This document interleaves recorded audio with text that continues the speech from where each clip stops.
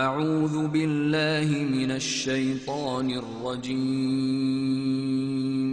بسم اللہ الرحمن الرحیم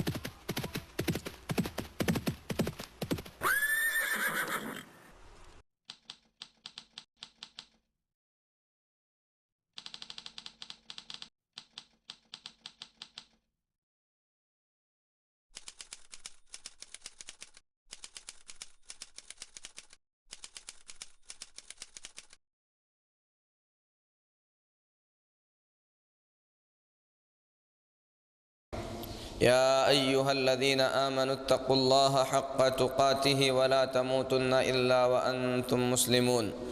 يا أيها الناس اتقوا ربكم الذي خلقكم من نفس واحدة وخلق منها زوجها وبث منهما رجالا كثيرا ونساء واتقوا الله الذي تساءلون به والأرحام إن الله كان عليكم رقيبا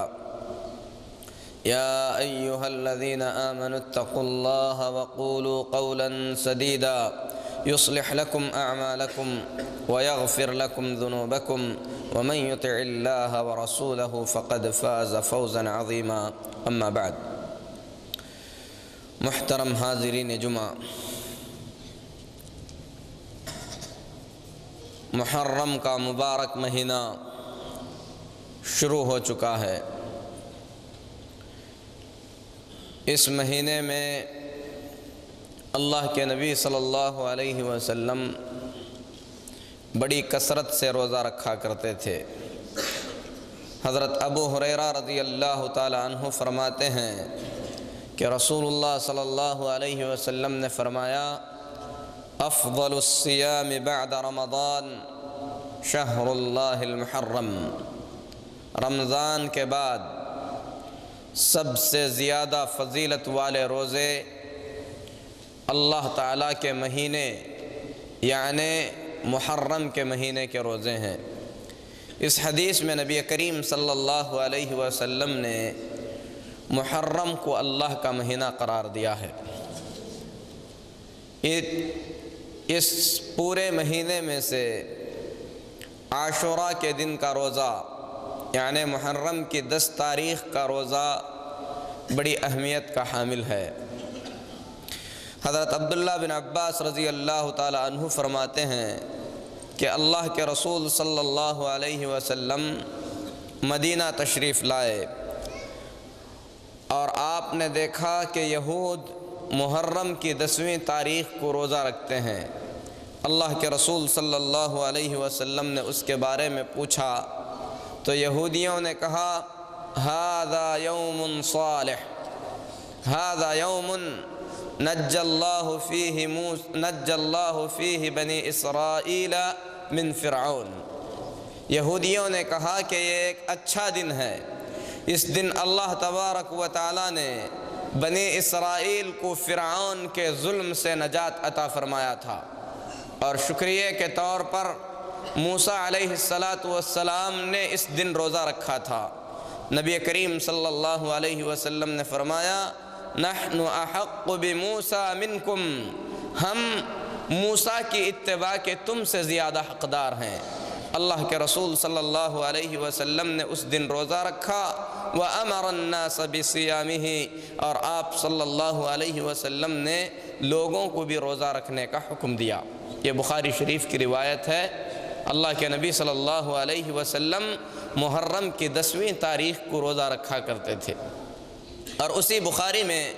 عبداللہ بن عباس رضی اللہ تعالی عنہ بیان کرتے ہیں کہ نبی کریم صلی اللہ علیہ وسلم سے کہا گیا کہ اے اللہ کے رسول صلی اللہ علیہ وسلم،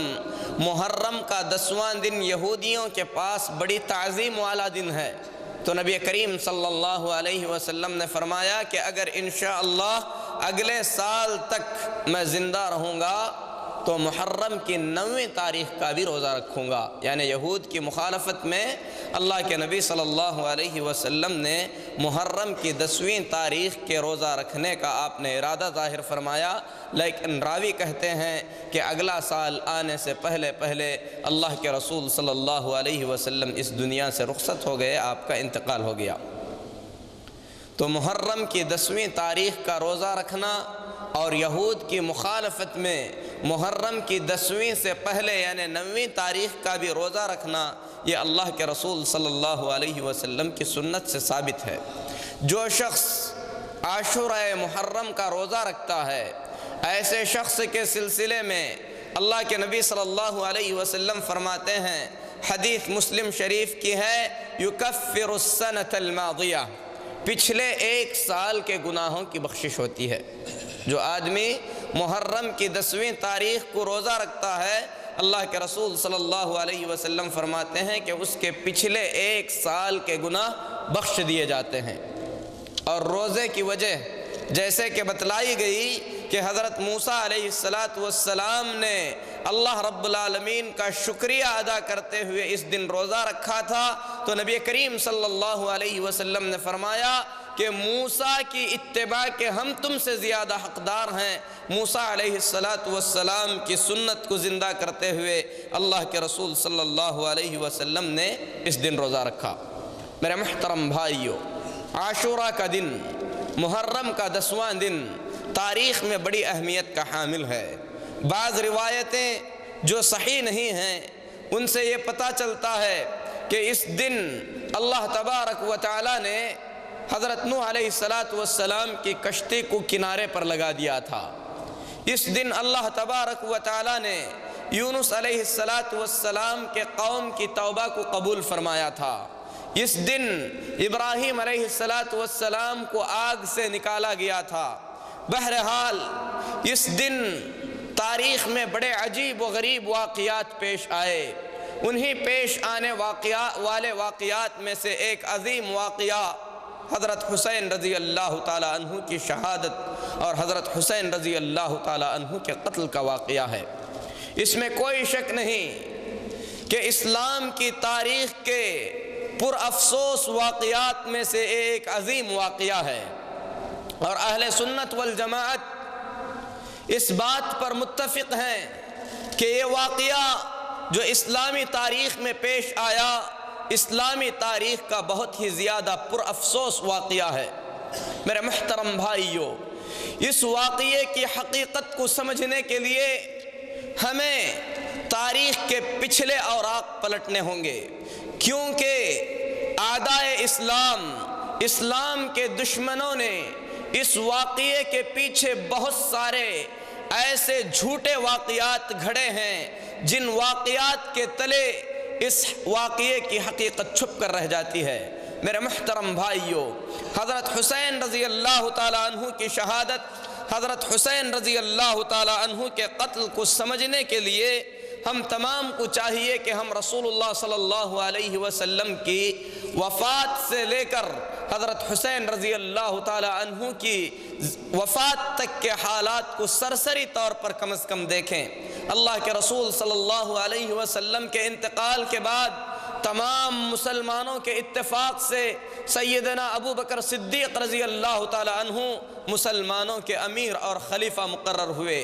2.5 سال تک ابو بکر صدیق رضی اللہ تعالی عنہ نے خلافت کی ذمہ داری کو سنبھالا۔ جب اس دنیا سے رخصت ہونے کا وقت قریب آیا تو ابو بکر صدیق رضی اللہ تعالی عنہ نے امت میں اپنی نظر دوڑائی، دیکھا کہ خلافت کے سب سے زیادہ حقدار اور مستحق عمر بن خطاب رضی اللہ تعالی عنہ ہیں، تو ابو بکر صدیق رضی اللہ تعالی عنہ نے اپنے بعد عمر بن خطاب رضی اللہ تعالی عنہ کو مسلمانوں کا امیر مقرر کر دیا۔ جس طریقے سے ابو بکر صدیق رضی اللہ تعالی عنہ کا اندازہ تھا، اسی طریقے سے سیدنا عمر بن خطاب رضی اللہ تعالی عنہ نے مسلمانوں کی اس ذمہ داری کو اٹھایا۔ 10 سال تک عمر بن خطاب رضی اللہ تعالی عنہ اپنے آپ کو ہر قسم کی پریشانیوں میں رکھے ہوئے امت کو آرام پہنچانے کی کوشش کرتے رہے، یہاں تک کہ ابو لولو مجوسی نے سیدنا عمر بن خطاب رضی اللہ تعالی عنہ کو فجر کی نماز میں نیزے سے حملہ کر کے شہید کر دیا، تو شہادت سے پہلے عمر بن خطاب رضی اللہ تعالی عنہ نے صحابہ کی ایک چھوٹی سی جماعت تشکیل دی، جن میں حضرت علی رضی اللہ تعالی عنہ تھے، حضرت عثمان رضی اللہ تعالی عنہ تھے، حضرت زبیر رضی اللہ تعالی عنہ تھے، حضرت عبد الرحمن بن عوف رضی اللہ تعالی عنہ تھے۔ 6 صحابہ کی ایک چھوٹی سی جماعت تشکیل دی اور فرمایا کہ ان میں سے امیر مقرر کیا جائے۔ تمام صحابہ کے اتفاق سے سیدنا عثمان بن عفان رضی اللہ تعالی عنہ سن 23 ہجری میں مسلمانوں کے امیر مقرر ہوئے۔ 23 ہجری سے لے کر سن 35 ہجری تک 12 سال سے زیادہ عثمان بن عفان رضی اللہ تعالی عنہ خلیفہ ہونے کے فرائض انجام دیتے رہے، اور جب باغیوں نے عثمان بن عفان رضی اللہ تعالی عنہ کے گھر کو گھیر کر بے دردی کے ساتھ عثمان بن عفان رضی اللہ تعالی عنہ کو شہید کر دیا، تو اس کے بعد لوگوں نے حضرت علی رضی اللہ تعالی عنہ کو اپنا امیر اور اپنا خلیفہ مقرر کر لیا۔ حضرت علی رضی اللہ تعالی عنہ جب سن 35 ہجری میں مسلمانوں کے امیر مقرر ہوئے تو میرے محترم بھائیوں، تمام لوگوں نے حضرت علی رضی اللہ تعالی عنہ کے ہاتھ پر خلافت کی بیعت کر دی، لیکن امیر معاویہ رضی اللہ تعالی عنہ اور حضرت سعد بن ابی وقاص رضی اللہ تعالی عنہ نے بیعت کرنے سے انکار کر دیا، کہا کہ ہم اس وقت تک بیعت نہیں کریں گے جب تک مظلوم خلیفہ عثمان بن عفان رضی اللہ تعالی عنہ کے خون کا بدلہ نہیں لیا جائے گا۔ اختلافات بڑھتے رہے، جس کے وجہ سے مسلمانوں کے اندر بہت ہی زیادہ خون خرابہ ہوا۔ پھر اس کے بعد سن 40 ہجری میں حضرت علی رضی اللہ تعالی عنہ کو جب عبد الرحمن بن ملجم جیسے بدبخت نے شہید کر دیا، تو اس کے بعد حضرت حسن رضی اللہ تعالی عنہ نے سن 41 ہجری میں مسلمانوں کی خلافت کو سنبھالا۔ میرے محترم بھائیوں، 6 مہینے کے عرصے تک حضرت حسن رضی اللہ تعالی عنہ مسلمانوں کے خلیفہ اور امیر رہے، اور نبی کریم صلی اللہ علیہ وسلم کی دی ہوئی وہ بشارت پوری ہو گئی جس میں رسول اللہ صلی اللہ علیہ وسلم نے فرمایا تھا کہ میرے بعد 30 سال تک خلافت نبوت رہے گی، پھر اس کے بعد اللہ تبارک و تعالی اسے ملکیت کی شکل میں بدل دے گا، وہ بادشاہت اور رحمت ہوگی۔ یہ امیر معاویہ رضی اللہ تعالی عنہ کا زمانہ تھا۔ سن 41 ہجری میں حضرت حسن رضی اللہ تعالی عنہ نے 6 مہینے تک خلافت کے امور کو سنبھالنے کے بعد امیر معاویہ رضی اللہ تعالی عنہ سے صلح صفائی کر کے خلافت سے دستبرداری کا اعلان فرما دیا۔ پھر اس کے بعد 20 سال تک امیر معاویہ رضی اللہ تعالی عنہ مسلمانوں کے امیر اور مسلمانوں کے حاکم مقرر رہے۔ ان پورے 20 سالوں میں امن اور اطمینان کے ساتھ اسلامی فتوحات آگے بڑھتی گئیں، مسلمانوں کے حالات میں کافی زیادہ سدھار آیا۔ سن 60 ہجری میں 20 سال کی حکومت کے بعد امیر معاویہ رضی اللہ تعالی عنہ کی وفات کا جب وقت قریب آیا تو امیر معاویہ رضی اللہ تعالی عنہ نے اپنے بعد اپنے بیٹے یزید بن معاویہ کو مسلمانوں کا امیر مقرر کر دیا۔ میرے محترم بھائیوں، امیر معاویہ رضی اللہ تعالی عنہ کا اپنے بیٹے یزید بن معاویہ کو مسلمانوں کا امیر مقرر کرنا، اہل علم نے اسے 2 ناحیوں سے غلط قرار دیا ہے۔ سب سے پہلی بات تو یہ ہے کہ مسلمانوں کی امارت کا مسئلہ مسلمانوں کے درمیان آپسی مشوروں سے طے ہونا تھا، لیکن امیر معاویہ رضی اللہ تعالی عنہ نے اپنی جانب سے اپنے بیٹے کو امیر مقرر کیا۔ اہل علم نے اسے پسند نہیں کیا۔ اسی طریقے سے بعض اہل علم کا یہ خیال ہے کہ یزید بن معاویہ خلافت یا امارت کے لائق نہیں تھے۔ تمام لوگوں نے یزید بن معاویہ یعنی معاویہ کے بیٹے یزید کے لیے خلافت کی بیعت کر دی تھی، اور بیعت کے سلسلے میں جب عبداللہ بن زبیر رضی اللہ تعالی عنہ سے مدینہ منورہ میں بیعت کا مطالبہ کیا گیا تو عبداللہ بن زبیر رضی اللہ تعالیٰ عنہ نے فرمایا کہ مجھے کل تک کی مہلت دی جائے۔ پھر اس کے بعد رات کو غنیمت جان کر عبداللہ بن زبیر رضی اللہ تعالیٰ عنہ مکہ مکرمہ کی طرف رخصت ہو گئے، انہوں نے بیعت کرنے سے انکار کر دیا۔ اسی طریقے سے جب حضرت حسین رضی اللہ تعالیٰ عنہ سے بیعت کا مطالبہ کیا گیا تو حضرت حسین رضی اللہ تعالیٰ عنہ نے فرمایا کہ میں چھپ کر بیعت نہیں کروں گا، علی الاعلان بیعت کروں گا۔ پھر اس کے بعد رات کو غنیمت سمجھ کر حضرت حسین رضی اللہ تعالیٰ عنہ بھی عبداللہ بن زبیر رضی اللہ تعالیٰ عنہ کے پیچھے مکہ مکرمہ کی طرف روانہ ہو گئے۔ میرے محترم بھائیو، مکہ مکرمہ میں پہنچنے کے بعد اللہ کے رسول صلی اللہ علیہ وسلم کے نواسے اطمینان سے جی رہے تھے، لیکن اہل عراق کے وہ لوگ جنہوں نے پچھلی تاریخ میں حضرت علی رضی اللہ تعالیٰ عنہ کا ساتھ دیا تھا اور انہوں نے امیر معاویہ رضی اللہ تعالیٰ عنہ کے خلاف جنگ صفین میں لڑائیاں کی تھیں اور وہ لوگ یزید کی حکومت کو ماننے کے لیے تیار نہیں تھے، انہوں نے حضرت حسین رضی اللہ تعالیٰ عنہ کو خطوط لکھنے شروع کر دیے کہ اے حسین، ہم یزید بن معاویہ کی بیعت کو نہیں مانتے ہیں، آئیے تشریف لائیے، ہم آپ کے ہاتھ پر بیعت کر کے ہم آپ کو اپنا امیر مقرر کرنا چاہتے ہیں۔ میرے محترم بھائیو، خطوط جب بڑی تعداد میں حضرت حسین رضی اللہ تعالیٰ عنہ کے پاس پہنچے، بلکہ بذات خود کئی لوگ چل کر حضرت حسین رضی اللہ تعالیٰ عنہ کے پاس آئے اور انہوں نے حضرت حسین رضی اللہ تعالیٰ عنہ کو چاروں طرف سے ورغلانا شروع کر دیا کہ ہم یزید کی حکومت کو ماننے کے لیے تیار نہیں، آپ تشریف لائیے، آپ کے ہاتھ پر بیعت کر کے ہم آپ کو اپنا حکمران اور خلیفہ تسلیم کرتے ہیں۔ تو حضرت حسین رضی اللہ تعالیٰ عنہ ان کے دھوکے میں آ گئے، جس کا ذکر حضرت حسین رضی اللہ تعالیٰ عنہ نے آگے چل کر کربلا کے میدان میں کیا تھا۔ حضرت حسین رضی اللہ تعالیٰ عنہ نے کوفہ جانے کا پختہ ارادہ کر لیا، لیکن جانے سے پہلے حضرت حسین رضی اللہ تعالیٰ عنہ نے مناسب سمجھا کہ اپنے کسی نمائندے کو کوفہ کی طرف بھیج دیا جائے تاکہ کوفہ والوں کے حالات کا وہ اندازہ کر سکیں۔ تو انہوں نے اپنے چچا زاد بھائی مسلم بن عقیل رضی اللہ تعالیٰ عنہ کو کوفہ والوں کی طرف بھیج دیا۔ میرے محترم بھائیو، مسلم بن عقیل رضی اللہ تعالیٰ عنہ حضرت حسین رضی اللہ تعالیٰ عنہ کے حکم سے کوفہ پہنچتے ہیں۔ کوفہ میں پہنچ کر ہانی بن عروہ نامی ایک شخص کے گھر میں پناہ لیتے ہیں۔ پھر اس کے بعد کیا تھا، جوق در جوق لوگ ہانی بن عروہ کے گھر میں آ کر اہل کوفہ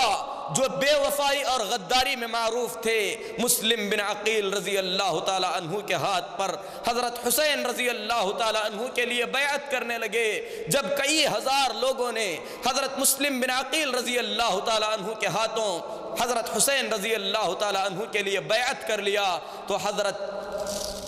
حضرت مسلم بن عقیل رضی اللہ تعالیٰ عنہ نے حضرت حسین رضی اللہ تعالیٰ عنہ کو پیغام لکھ دیا کہ کوفہ کے حالات بہت ہی زیادہ سازگار ہیں، لوگ بے تابی سے آپ کے انتظار میں ہیں، تمام کے تمام لوگ آپ کے ہاتھوں بیعت کر کے آپ کو اپنا خلیفہ ماننے کے لیے تیار ہیں، لہذا تشریف لائیے۔ میرے محترم بھائیو، خط جب حضرت حسین رضی اللہ تعالیٰ عنہ کو پہنچتا ہے تو میرے محترم بھائیو، ذی الحجہ کی 8 تاریخ کو جس دن تمام لوگ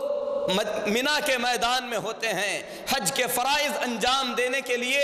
لوگ منی کی طرف تشریف لے جاتے ہیں، حضرت حسین رضی اللہ تعالیٰ عنہ کوفہ کی طرف روانہ ہونے کے لیے تیار ہو گئے۔ صحابہ اکرام رضوان اللہ علیہم اجمعین کو جب اس بات کی اطلاع ملی تو عبداللہ بن عباس رضی اللہ تعالیٰ عنہ جو رشتے میں حضرت حسین رضی اللہ تعالیٰ عنہ کے چچا ہیں، آتے ہیں، کہتے ہیں اے ابو عبداللہ، اے بھتیجے، کوفہ جانے کا ارادہ اپنے دل سے نکال دے، یاد رکھ وہ لوگ غدار ہیں، اللہ کی قسم اگر مجھے یقین ہوتا کہ تیری سواری کے سامنے میں لیٹ جاتا تو جانے کا ارادہ روک لیتا، تو اے ابو عبداللہ میں تیری سواری کے سامنے لیٹ گیا ہوتا، اگر مجھے یقین ہوتا کہ تیرے بال کو پکڑ کر میں تجھے کوفہ جانے سے روک سکتا تو میں ایسا ضرور کرتا، لیکن مجھے ڈر لگتا ہے کہ کہیں لوگ ہمارے اطراف اکٹھا اور جمع نہ ہو جائیں۔ لیکن حضرت حسین رضی اللہ تعالیٰ عنہ اپنے ارادے پر ڈٹے رہے۔ حضرت حسین رضی اللہ تعالیٰ عنہ کے دل سے کوفہ جانے کا ارادہ نہیں نکلا۔ حضرت عبداللہ بن عمر رضی اللہ تعالیٰ عنہ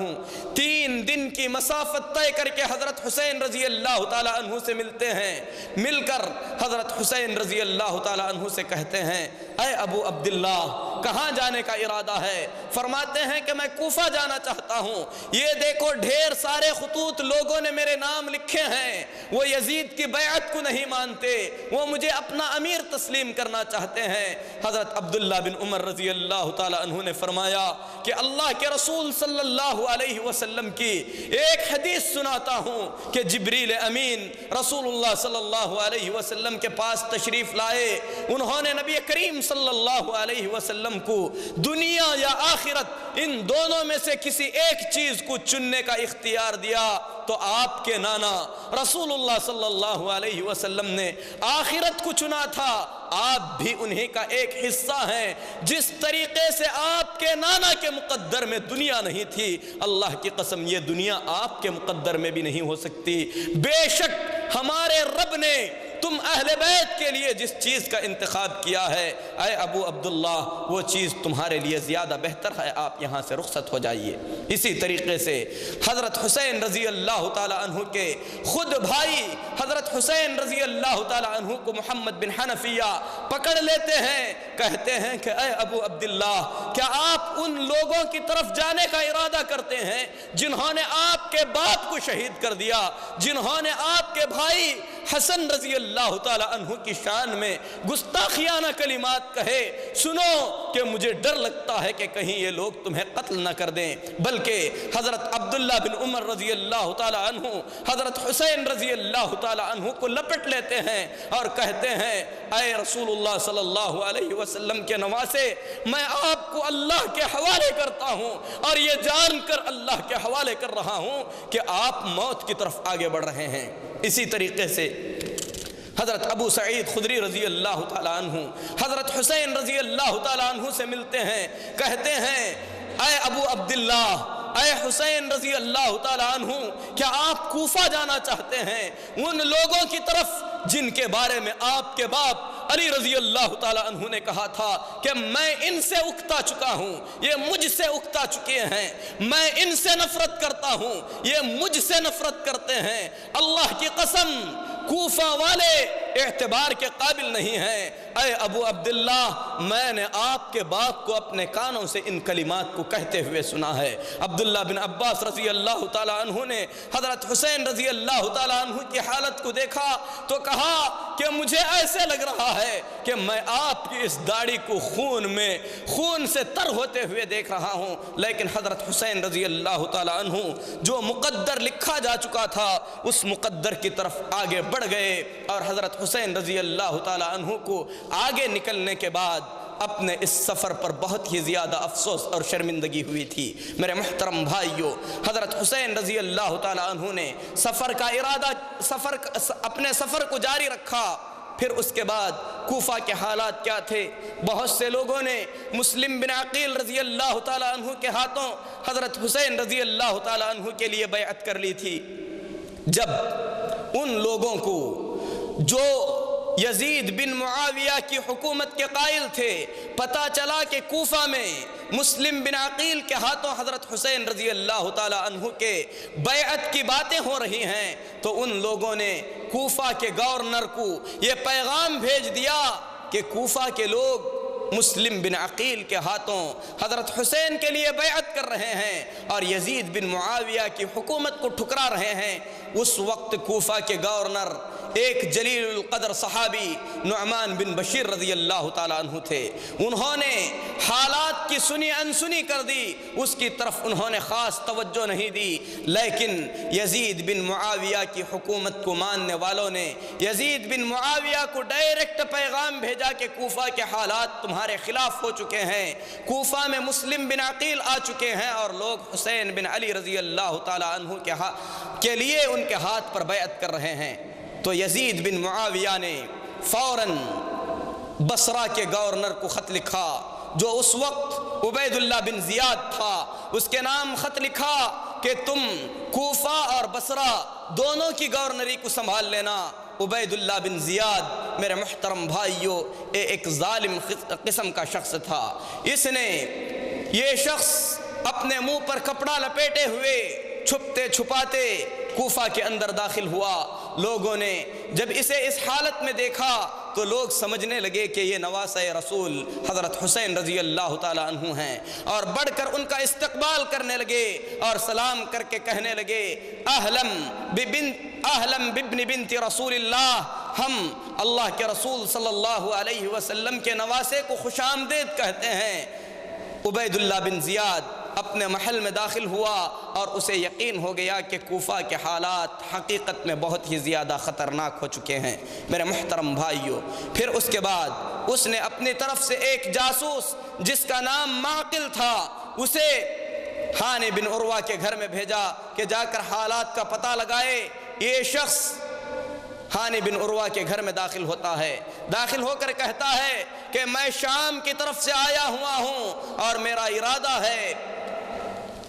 کہ حضرت حسین رضی اللہ تعالیٰ عنہ کے لیے بیعت کروں۔ میں بیعت کس کے ہاتھ پر کروں؟ میرے محترم بھائیوں، مسلم بن عقیل رضی اللہ تعالیٰ عنہ تک اس شخص کو پہنچایا جاتا ہے۔ یہ اپنے ساتھ 3000 درہم لے کر آیا تھا، کہتا ہے کہ اس مال کو قبول کیجئے۔ پھر اس کے بعد مسلم بن عقیل کے ہاتھوں بیعت کرتا ہے۔ پھر اس کے بعد عبید اللہ بن زیاد کے پاس پہنچ کر تمام حالات سے باخبر کر دیتا ہے کہ مسلم بن عقیل ہانی بن عروہ کے گھر میں پناہ لیے ہوئے ہیں اور لوگ آ کر ان کے گھر پر بیعت کر رہے ہیں۔ تو میرے محترم بھائیوں،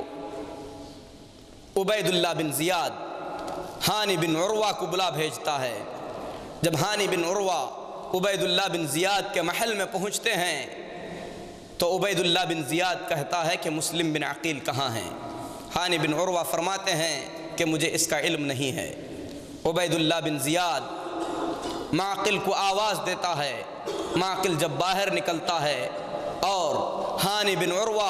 اسے اپنے سامنے کھڑا دیکھتے ہیں تو حیران رہ جاتے ہیں، کیونکہ یہ وہی شخص ہے جس نے جاسوسی کرتے ہوئے مسلم بن عقیل کے ہاتھوں پر بیعت کیا تھا۔ پھر اس کے بعد عبید اللہ بن زیاد ہانی بن عروہ کو ایک تھپڑ مارتا ہے اور انہیں قید کر لیتا ہے۔ جب حضرت مسلم بن عقیل رضی اللہ تعالیٰ عنہ کو خبر پہنچتی ہے کہ ہانی بن عروہ جنہوں نے مسلم بن عقیل کو پناہ دی تھی ان کو قید کر لیا گیا ہے، تو حضرت مسلم بن عقیل رضی اللہ تعالیٰ عنہ 4000 آدمیوں کو لے کر جنہوں نے حضرت حسین رضی اللہ تعالیٰ عنہ کے ہاتھوں بیعت کر دی تھی ان لوگوں کو لے کر عبید اللہ بن زیاد کے محل کو گھیر لیتے ہیں۔ عبید اللہ بن زیاد جب دیکھتا ہے کہ محل کے چاروں طرف لوگوں کا پہرا ہے، اب خطرہ بڑھ چکا ہے، تو لوگوں کے قبیلے کے سرداروں کو آواز دے دے کر کہتا ہے، ایک ایک کا نام لے کر بلاتا ہے اور کہتا ہے کہ لوگوں کو منتشر کرو، مال کا لالچ دے دو، ملک شام سے آنے والی فوجوں سے ڈراؤ۔ میرے محترم بھائیوں، وہ لوگ جنہوں نے حضرت حسین رضی اللہ تعالیٰ عنہ کے لیے زندگی اور موت کی بیعت کی تھی، سورج کے زوال ہونے سے لے کر عصر کے وقت تک تمام کے تمام لوگ مسلم بن عقیل رضی اللہ تعالیٰ عنہ کا ساتھ چھوڑ کر عبید اللہ بن زیاد سے جا ملتے ہیں۔ سچ کہا تھا ان صحابہ نے جنہوں نے حضرت حسین رضی اللہ تعالیٰ عنہ کو روکا تھا، اور سچ کہا تھا حضرت علی رضی اللہ تعالیٰ عنہ نے اہل کوفہ کے بارے میں کہ میں ان سے اکتا گیا ہوں، یہ مجھ سے اکتا گئے ہیں، میں ان سے نفرت کرتا ہوں، یہ مجھ سے نفرت کرتے ہیں، یہ قابل اعتبار نہیں ہے۔ میرے محترم بھائیوں، مال کا لالچ اور فوج کی جب دھمکی سنتے ہیں تو مسلم بن عقیل رضی اللہ تعالیٰ عنہ کو چھوڑ کر تمام کے تمام عبید اللہ بن زیاد سے جا ملتے ہیں۔ عصر کا جب وقت آتا ہے تو مسلم بن عقیل رضی اللہ تعالیٰ عنہ کے اطراف صرف 30 آدمی باقی رہ جاتے ہیں۔ عبید اللہ بن زیاد جب ان تمام کو بھی ورغلاتا ہے تو سورج غروب ہوتے ہوتے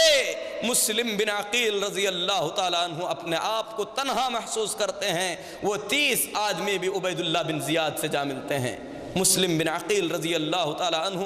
کوفہ میں نئے ہیں، کوفہ کی گلیوں سے تک آشنا نہیں ہیں، اور وہاں پر وہ ہزاروں لوگ جنہوں نے ان کی مدد کا وعدہ کیا تھا غداری کر چکے تھے۔ مسلم بن عقیل رضی اللہ تعالیٰ عنہ پریشان تھے کہ اب جائیں تو کس طرف چلے جائیں۔ میرے محترم بھائیوں، بھٹکتے ہوئے قبیلہ کندہ کی ایک عورت سے مدد مانگتے ہیں، کہتے ہیں کہ میں اجنبی ہوں، مجھے پیاس لگی ہے، پانی دیا جائے۔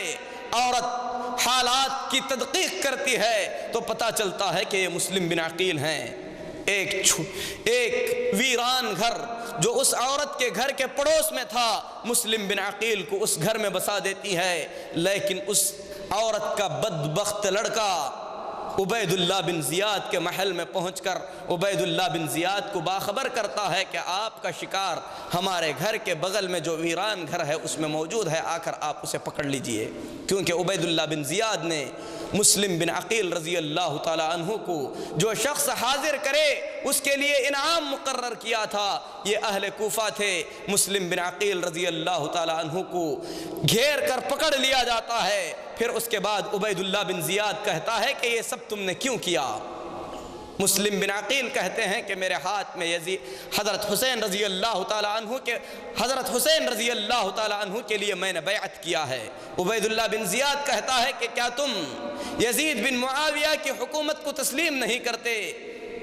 حضرت مسلم بن عقیل رضی اللہ تعالیٰ عنہ خاموش رہتے ہیں تو عبید اللہ بن زیاد کہتا ہے کہ میں تمہیں قتل کرنے والا ہوں۔ مسلم بن عقیل رضی اللہ تعالیٰ عنہ فرماتے ہیں قتل کرنے سے پہلے مجھے ایک پیغام بھیجنے کی اجازت دے دو۔ عبید اللہ بن زیاد کہتا ہے کہ تمہیں اجازت ہے۔ مسلم بن عقیل رضی اللہ تعالیٰ عنہ حاضرین کی طرف دیکھتے ہیں، عمر بن سعد بن ابی وقاص کو اپنے سامنے بلاتے ہیں جو سعد بن ابی وقاص کے بیٹے تھے۔ ان سے کہتے ہیں کہ رشتے کے اعتبار سے تم مجھ سے سب سے زیادہ قریبی رشتے والے ہو، میں تم کو وصیت کرتا ہوں کہ میرا پیغام حسین رضی اللہ تعالیٰ عنہ کو پہنچا دینا کہ کوفہ کے لوگ جھوٹے اور مکار ہیں اور جھوٹوں پر اعتبار نہیں کیا جا سکتا، لہذا آپ اپنے اہل خانہ کے ساتھ جہاں سے تشریف لائے ہیں وہاں واپس چلے جائیں۔ پھر اس کے بعد حضرت حسین رضی اللہ تعالیٰ عنہ ذی الحجہ کی 8 تاریخ کو مکہ مکرمہ سے نکلے تھے، ذی الحجہ کی 9 تاریخ کو مسلم بن عقیل رضی اللہ تعالیٰ عنہ کو شہید کر دیا جاتا ہے۔ حضرت حسین رضی اللہ تعالیٰ عنہ اپنا سفر جاری رکھتے ہیں۔ راستے میں عرب کے مشہور شاعر فرزدق سے ملاقات ہوتی ہے، اس سے کہتے ہیں کہ کہاں سے آ رہے ہو؟ فرزدق کہتا ہے کہ میں کوفہ سے آ رہا ہوں۔ حسین رضی اللہ تعالیٰ عنہ پوچھتے ہیں کہ کوفہ والوں کے کیا حالات ہیں؟ فرزدق کہتا ہے کہ اے رسول کے نواسے سن لے، ان کے دل تو تیرے ساتھ ہیں لیکن ان کی تلواریں بنو امیہ کے ساتھ ہیں۔ میرے محترم بھائیوں، حضرت حسین رضی اللہ تعالیٰ عنہ اپنے سفر کو آگے بڑھاتے ہیں، قادسیہ کے مقام پر پہنچتے ہیں تو اس وقت مسلم بن عقیل کا بھیجا ہوا دوسرا پیغام ملتا ہے کہ لوگوں نے غداری کی ہے، ساتھ انہوں نے چھوڑ دیا ہے، یہ لوگ بے وفا ہیں اور بے وفاؤں کا کوئی اعتبار نہیں، آپ چلے جائیں، ابھی مجھے قتل کیا جانے والا ہے۔ تو حضرت حسین رضی اللہ تعالیٰ عنہ وہاں پر کھڑے غور کرتے ہیں، پھر اس کے بعد سمجھتے ہیں کہ ان کا نکلنا بے فائدہ تھا، جانے کا مکمل طور پر ارادہ کر لیتے ہیں، واپسی کا مکمل ارادہ کر لیتے ہیں، لیکن مسلم بن عقیل رضی اللہ تعالیٰ عنہ کے جو رشتہ دار تھے، ان کے بچے اور ان کے بھائی کہتے ہیں کہ ہرگز واپس نہیں پلٹیں گے، یا تو مسلم بن عقیل کے خون کا بدلہ لے لیں گے یا تو انہی کی طرح لڑتے ہوئے شہید ہو جائیں گے۔ حضرت حسین رضی اللہ تعالیٰ عنہ جب مسلم بن عقیل کے رشتہ داروں کو ان جذبات میں دیکھتے ہیں تو ان کے جذبات کا احترام کرتے ہوئے حضرت حسین رضی اللہ تعالیٰ عنہ آگے بڑھنے کا ارادہ کرتے ہیں۔ میرے محترم بھائیوں، قادسیہ کے مقام پر پہنچے، یہ وہی مقام ہے جس مقام پر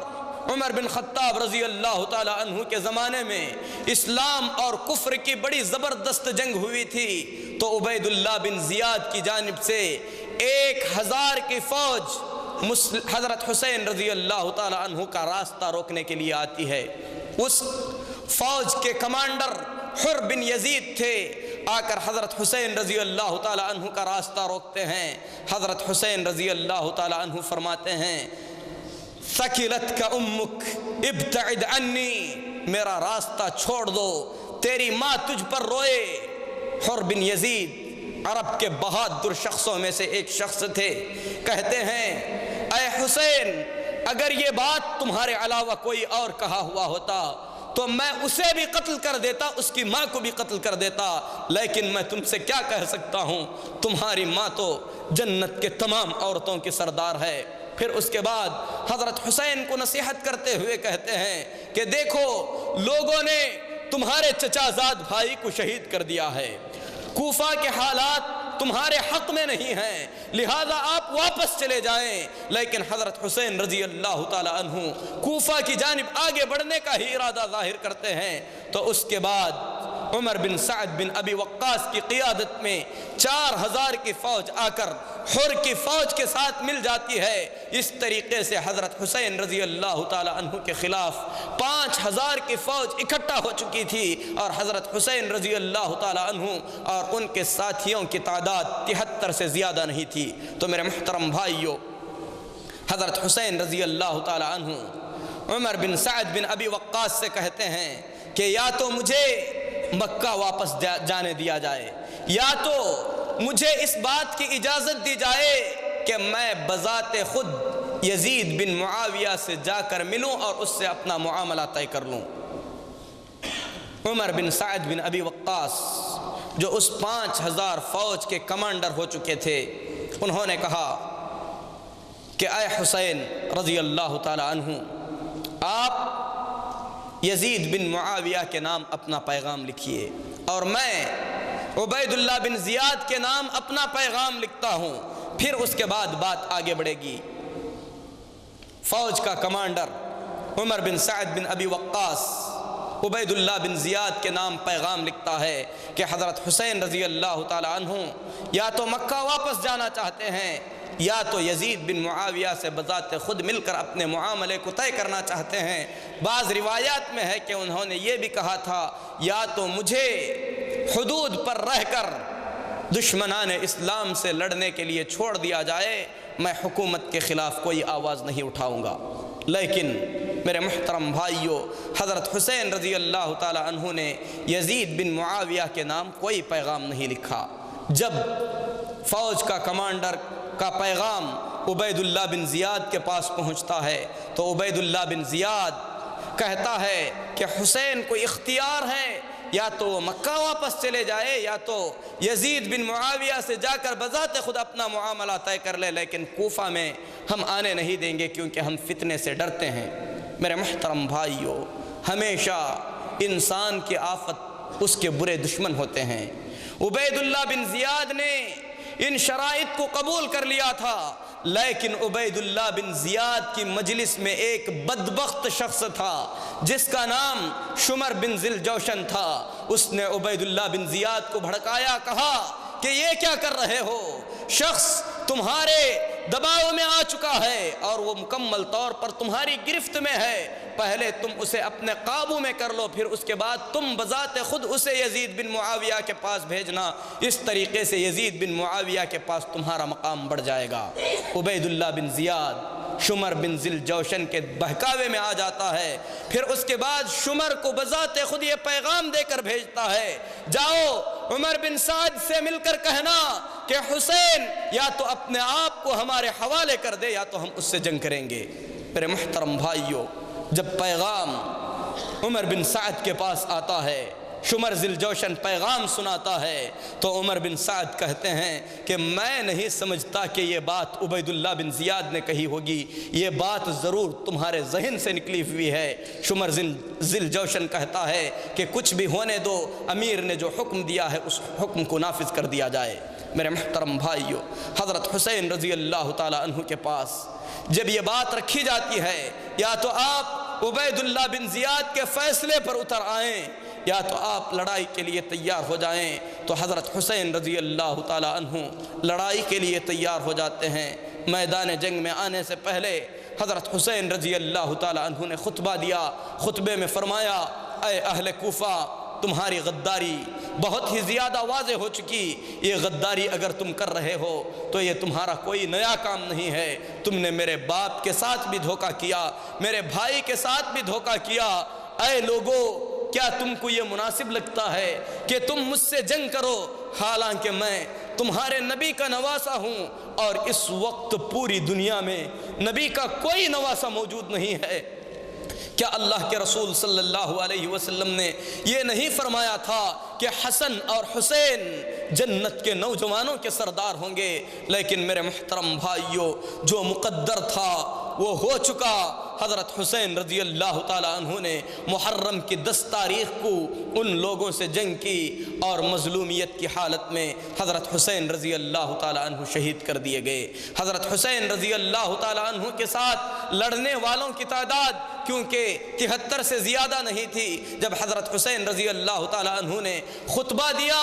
تو کوفہ کی فوج میں سے 30 آدمی حضرت حسین رضی اللہ تعالیٰ عنہ کی فوج سے جا ملے۔ انہیں ملنے والوں میں پہلی فوج کے کمانڈر حر بن یزید تھے۔ حر بن یزید سے کسی نے کہا کہ اے حر، یہ تم کیا کر رہے ہو؟ فوج کے کمانڈر بن کر آئے تھے، اب حسین سے جا ملتے ہو؟ تو حر بن یزید نے کہا تھا کہ لوگو، اب مجھے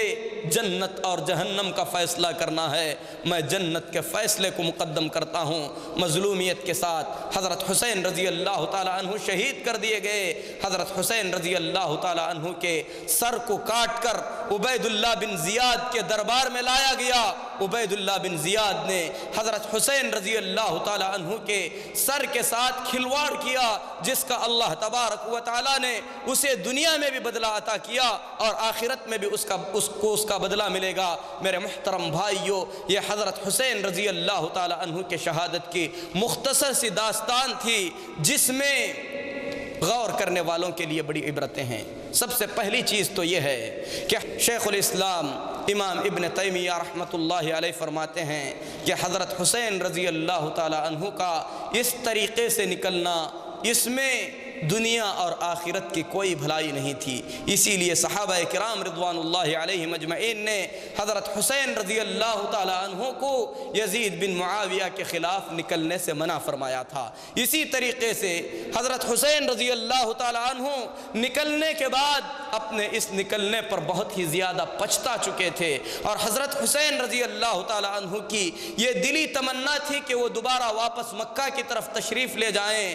اسی لیے حضرت حسین رضی اللہ تعالیٰ عنہ کی شہادت مظلومیت کی شہادت ہے، کیونکہ وہ لڑنے کے لیے تیار نہیں تھے، لڑنے پر مجبور کیے گئے تھے۔ اسی لیے اہل سنت والجماعت کا اس بات پر اتفاق ہے کہ وہ تمام لوگ جنہوں نے حضرت حسین کو شہید کیا، یا وہ لوگ جنہوں نے حضرت حسین کے قتل میں کسی طریقے کا حصہ لیا، یا وہ تمام لوگ جو حضرت حسین رضی اللہ تعالیٰ عنہ کی شہادت سے راضی اور خوش ہیں، ان تمام لوگوں پر اللہ کی لعنت ہے۔ یہ اہل سنت والجماعت کا کھلا فیصلہ ہے۔ لیکن میرے محترم بھائیوں، حضرت حسین رضی اللہ تعالیٰ عنہ کی شہادت کے واقعے کو لے کر صحابہ کرام رضوان اللہ علیہ مجمعین کو برا بھلا کہنا، اسی طریقے سے امیر معاویہ رضی اللہ تعالیٰ عنہ کو برا بھلا کہنا، یہ سراسر ظلم اور زیادتی ہے۔ جو لوگ ان صحابہ کرام رضوان اللہ علیہ مجمعین کو برا بھلا کہتے ہیں، بالکل ان لوگوں پر بھی اللہ تبارک و تعالیٰ کی لعنت ہے۔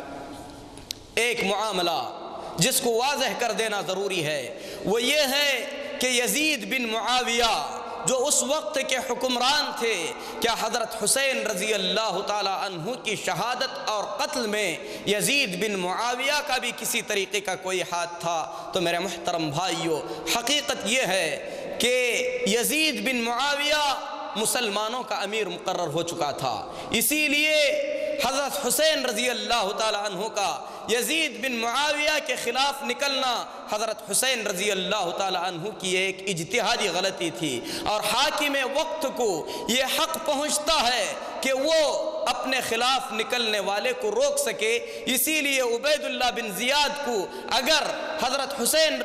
یزید بن معاویہ نے اگر روکنے کا حکم دیا تو وہ اس میں محق تھا، لیکن عبید اللہ بن زیاد نے آگے بڑھ کر حضرت حسین رضی اللہ تعالیٰ عنہ کو قتل کیا، حالانکہ یزید بن معاویہ نے حضرت حسین رضی اللہ تعالیٰ عنہ کے قتل کا حکم نہیں دیا تھا۔ یہ بات یزید کی طرف سے دفاع کرتے ہوئے نہیں کہی جا رہی ہے، بلکہ یزید کے سلسلے میں ہم اہل سنت والجماعت کا یہ عقیدہ ہے کہ وہ عام انسانوں کی طرح ایک انسان ہے، نہ اس سے ہمیں کوئی محبت ہے اور نہ تو ہم اسے کافر کہیں گے، نہ تو اس پر لعن طعن کریں گے۔ ہم سے اسے محبت بھی نہیں ہے، اس پر لعن طعن بھی نہیں کریں گے، کیونکہ اہل سنت والجماعت کسی بھی خاص شخص کو نام لے کر لعن طعن کرنے سے منع کرتے ہیں۔ لیکن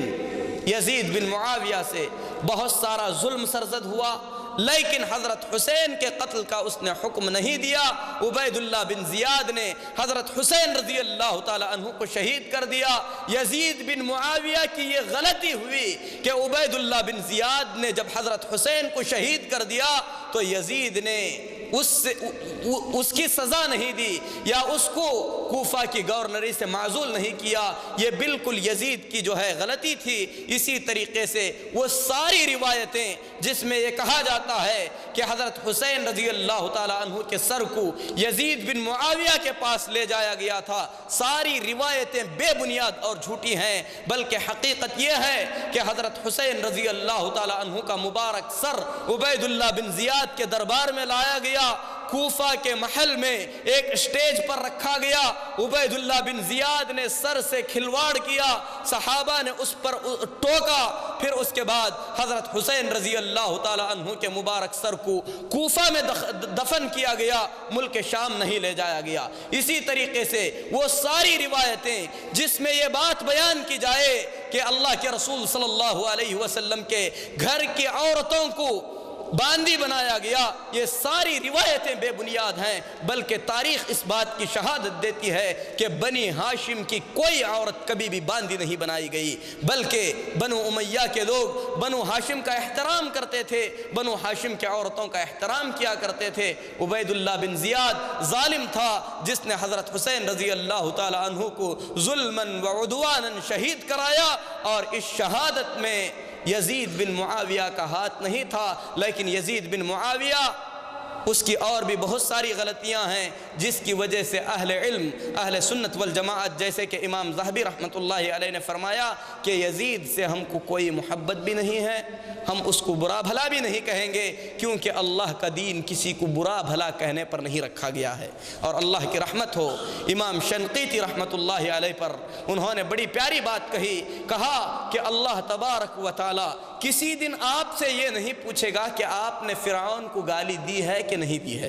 فرعون پر آپ نے لعنت بھیجی ہے کہ نہیں بھیجی ہے، اللہ تعالیٰ آپ سے اس کا سوال نہیں کرے گا، جبکہ وہ فرعون ہے اور اللہ کے دشمن اور طاغیوں میں سے ایک طاغی ہے، جو شخص ہزاروں سال پہلے مر چکا ہے، اس کے خلاف بہت سارا جھوٹ اور بہتان باندھا گیا ہے، اس کا نام لے کر اس پر لعن طعن کرنا جبکہ حقیقت واضح نہیں ہے۔ میرے محترم بھائیو، یہ ایک مسلمان کا شیوا نہیں ہو سکتا۔ بے شک وہ لوگ جنہوں نے حسین کو قتل کیا یا قتل میں ساتھ دیا یا حضرت حسین کے قتل سے راضی ہیں، اسی طریقے سے عثمان کے قتل سے، علی رضی اللہ تعالی عنہ، عمر بن خطاب رضی اللہ تعالی عنہ اور دوسرے صحابہ کے قتل میں جنہوں نے حصہ لیا ہے، ان تمام لوگوں پر اہل علم نے بہت ہی زیادہ برا خیال ظاہر کیا ہے۔ ہم اللہ سے دعا کرتے ہیں کہ اللہ تبارک و تعالی حقائق کو سمجھ کر زندگی گزارنے کی اللہ توفیق عطا فرمائے۔ میرے محترم بھائیوں،